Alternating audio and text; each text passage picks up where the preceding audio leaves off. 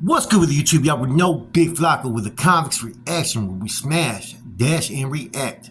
Please hit the like, subscribe, comment, do all those things to help support this channel, and hit that bell notification for future fire reactions.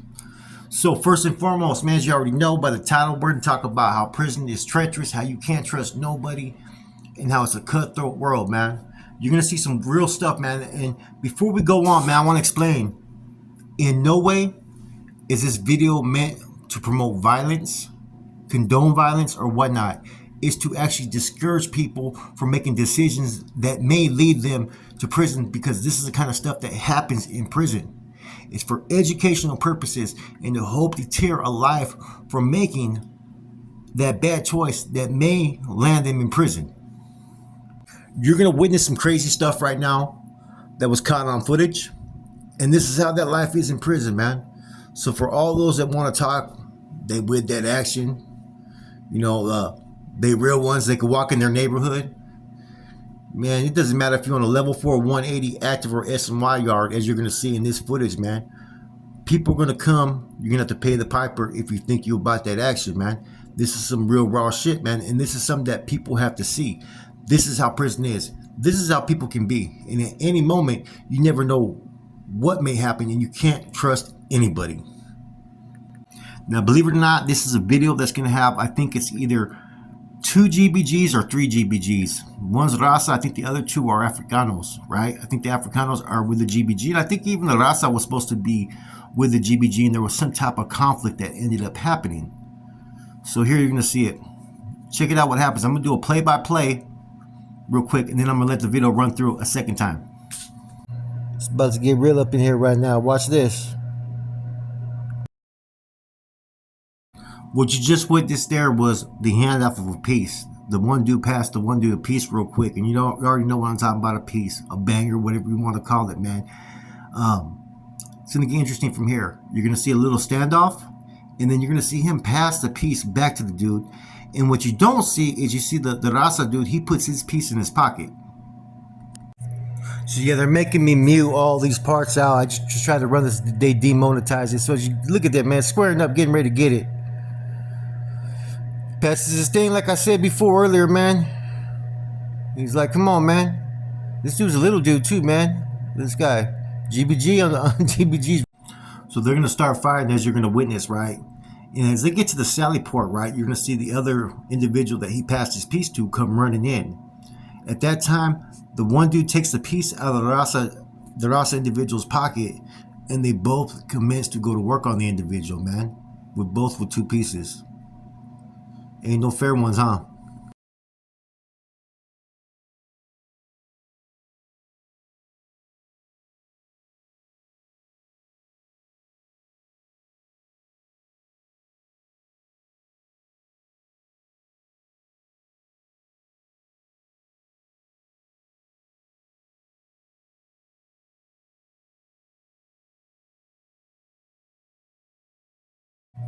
The cool thing, if you witness after they're done doing what they do to him, the one tall guy who took the piece out of his pocket puts the piece right next to him.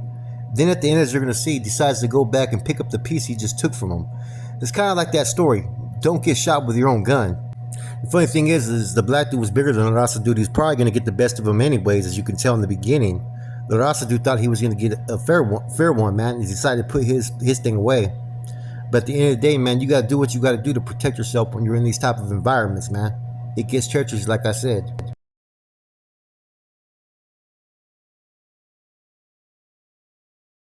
One more time, we're going to let this thing play through, man, and you're about to see this go through. See, boom, he grabbed the thing from the dude, he passed it off. He's looking at this dude's like, come on, he should have stayed right where he was at. Other dude goes to the left, he goes, hold on here, put your thing away. Tell him dude to put his thing away, so he puts it in his pocket. That's where he messed up. Dude got about almost a foot on him, man. Dude's not even really trying to throw punches, is he? He's pushing that Sally Port. Bam, dude comes in, takes the piece out of the dude's pocket. Now they both got pieces.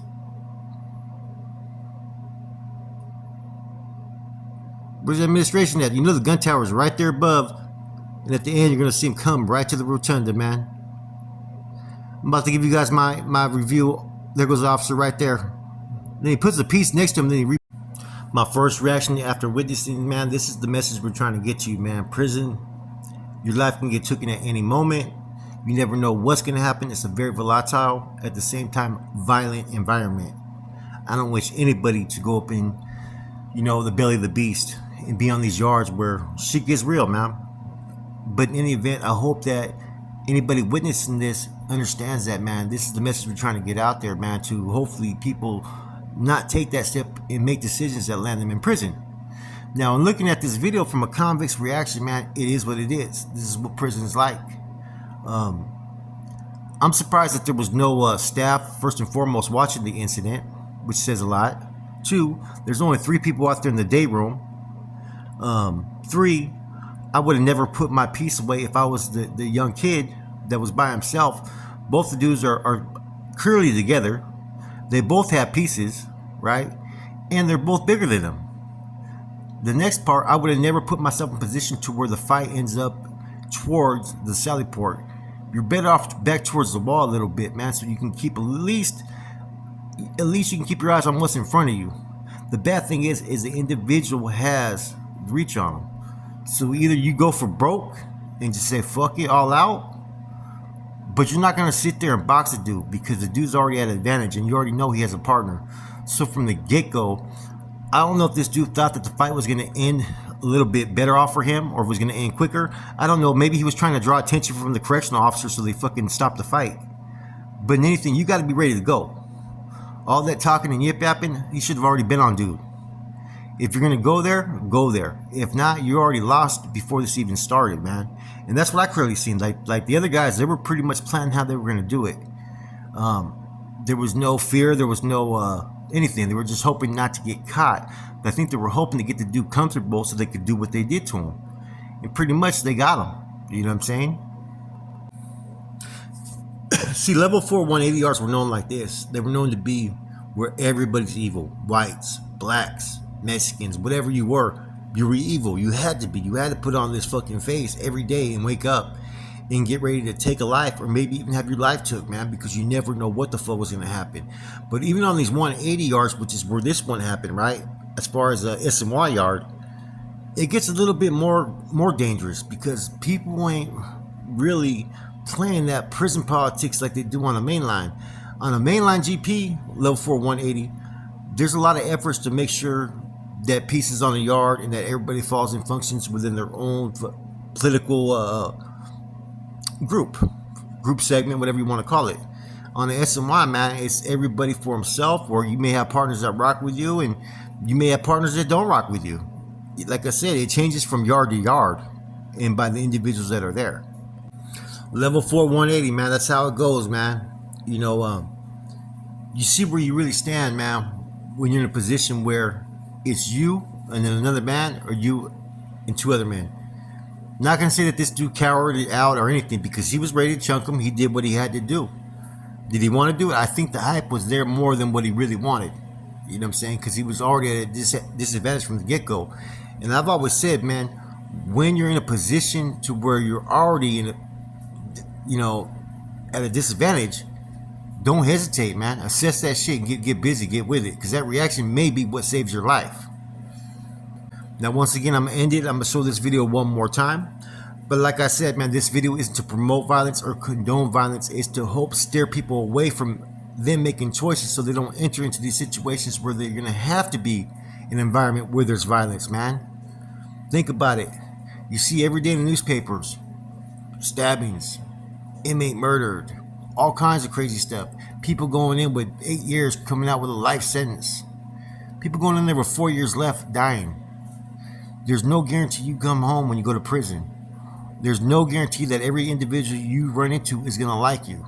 And there's no guarantee that every situation you encounter, you're going to be in the advantage point. It doesn't always operate that way. With that said, it's Flacco from A Convict's Reaction. I'm out.